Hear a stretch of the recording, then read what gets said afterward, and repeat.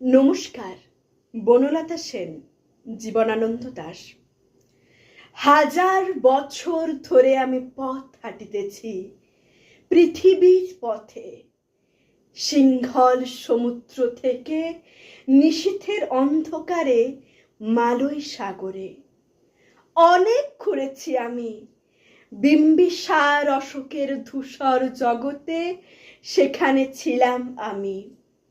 আরো দূর অন্ধকারে বিদর্ভ নগরে আমি ক্লান্ত প্রাণ এক, চারিদিকে জীবনের সমুদ্র সফেন।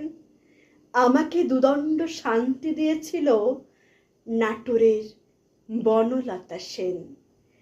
চুল তার কবেকার অন্ধকার বিদিশার নিশা, মুখ তার শ্রাবস্তির কারুকার্য। অতি দূর সমুদ্রের পর হাল ভেঙে যে নাবিক হারাইছে দিশা, সবুজ ঘাসের দেশ যখন সে চোখে দেখে দারুচিনি দ্বীপের ভিতর, তেমনই দেখেছি তাকে অন্ধকারে। বলেছে সে, এতদিন কোথায় ছিলেন?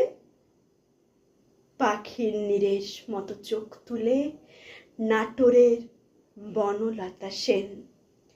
সমস্ত দিনের শেষে শিশিরের শব্দের মতন সন্ধ্যা আসে, ডানার সূত্রের গন্ধ মুছে ফেলে চিল।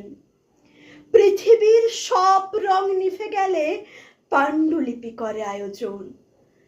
তখন গল্পের তরে জোনাকির রঙে ঝিলমিল। সব পাখি ঘরে আসে, সব নদী ফুরায় এ জীবনের সব লেনদেন।